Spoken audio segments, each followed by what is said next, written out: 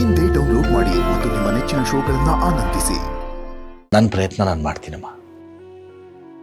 ಇವ್ರು ನೋಡಿದ್ರೆ ಮದುವೆ ಮಾಡೋದಕ್ಕೆ ಯೋಚನೆ ಮಾಡ್ತಿದ್ದಾರೆ, ಅವನು ನೋಡಿದ್ರೆ ಕೊಲೆ ಮಾಡಿ ಆರಾಮಾಗಿ ಓಡಾಡ್ತಿದ್ದಾನೆ.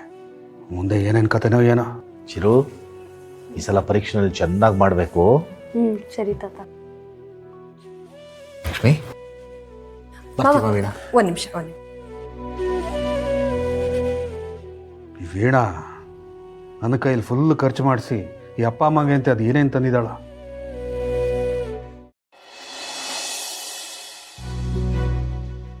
ಏಯ್ ನೋಡ್ರಲ್ಲ, ಉಪ್ಪಿನಕಾಯಿ ಮಾಡೋದಕ್ಕೆ ಏನೇನು ಬೇಕೋ ಅದನ್ನೆಲ್ಲ ತಂದಾಗದೆ. ಉಪ್ಪಿನಕಾಯಿನ ಬೆರೆಸೋದು, ಅದಕ್ಕೆ ಮಸಾಲೆ ಹಾಕೋದನ್ನೆಲ್ಲ ಮೇಡಮ್ ಅವ್ರು ನೋಡ್ಕೊತಾರೆ. ನಾವೇನಿದ್ರು ಇದನ್ನೆಲ್ಲ ನೀಟಾಗಿ ತೊಳೆದು ಕಟ್ ಮಾಡಿ ಅವ್ರು ಕೊಡಬೇಕು. ಹಂಗೆ ಈ ಮಸಾಲೆನ ಉರಿಯೋದನ್ನೆಲ್ಲ ನಾವೇ ಮಾಡೋಣ, ಯಾಕಂದರೆ ಮೇಡಮ್ ಅವ್ರಿಗೆ ಕೆಂಬತ್ತದೆ. ಸಿದ್ದು ಅವರೇ, ನೀವು ಯಾಕೆ ಇಷ್ಟೆಲ್ಲ ಕಷ್ಟದ ಕೆಲಸ ಮಾಡಬೇಕು? ನಾನು ಅದನ್ನೆಲ್ಲ ಮಾಡ್ಕೊಡ್ತೀನಿ.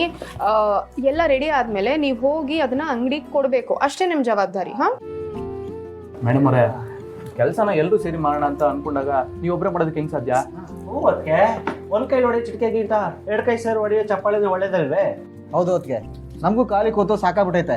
ಈ ಕೆಲಸ ಮಾಡಕ್ ಅವಕಾಶ ಸಿಕ್ಕಿರುವಾಗ ಸುಮ್ಮನೆ ಕುತ್ಕೊಳಕ್ ಹೆಂಗಾಯ್ತದ ಹೇಳಿ? ನೋಡಿದ್ರೆ ಮೇಡಮ್ ಅವರೇ, ನಮ್ಮ ಹುಡುಗರು ಹೆಂಗೆ ಅಂತ. ಹೋರಾಟಕ್ಕೂ ಸೈ, ಕೆಲಸ ಮಾಡಕ್ಕೂ ಜೈ.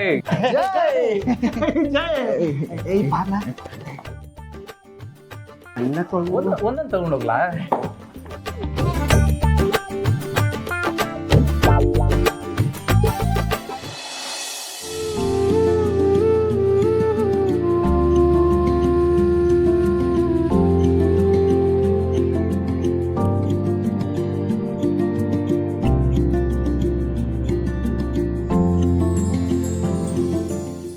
ಒಂದು ನಿಮಿಷ ಹಾಗೇ ರೀ, ಬಂದೆ.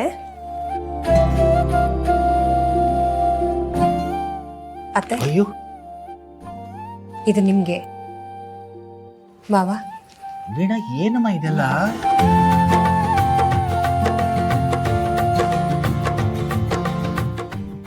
ಏನಮ್ಮ ವೀಣಾ ಇದು? ನಾವೇನು ನಿಮ್ಮ ಮನೆಗೆ ಮೊದಲನೇ ಸಲ ಬರ್ತಿದೀವಾ? ತಗೋ, ಇದೆಲ್ಲ ಬೇಡ. ಅದೇ ಮತ್ತೆ ನಾವೇನು ನೆಂಟ್ರ? ಇದನ್ನೆಲ್ಲ ಯಾಕಮ್ಮ ತಗೊಂಬಂದೆ?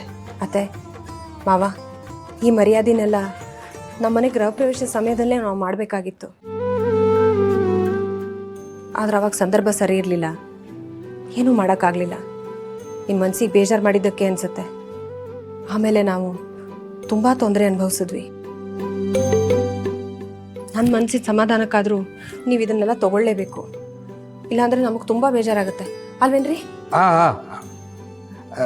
ಹೌದಪ್ಪ, ನಿಮಗೆ ಅಂತಾನೆ ತಂದಿದ್ದು. ಇಬ್ರು ತಗೊಳ್ಳಿ. ತಗೊಳ್ಳಿ ಅತ್ತೆ, ತಗೊಳ್ಳಿ ಮಾವ. ಇವಳು ಇದ್ದಾಳಲ್ಲ, ನಾನೊಬ್ಬನು ಬಿಟ್ರೆ ಉಳಿದವ್ರು ಎಲ್ಲರ ಮೇಲೂ ಪ್ರೀತಿ ಇವಳಿಗೆ.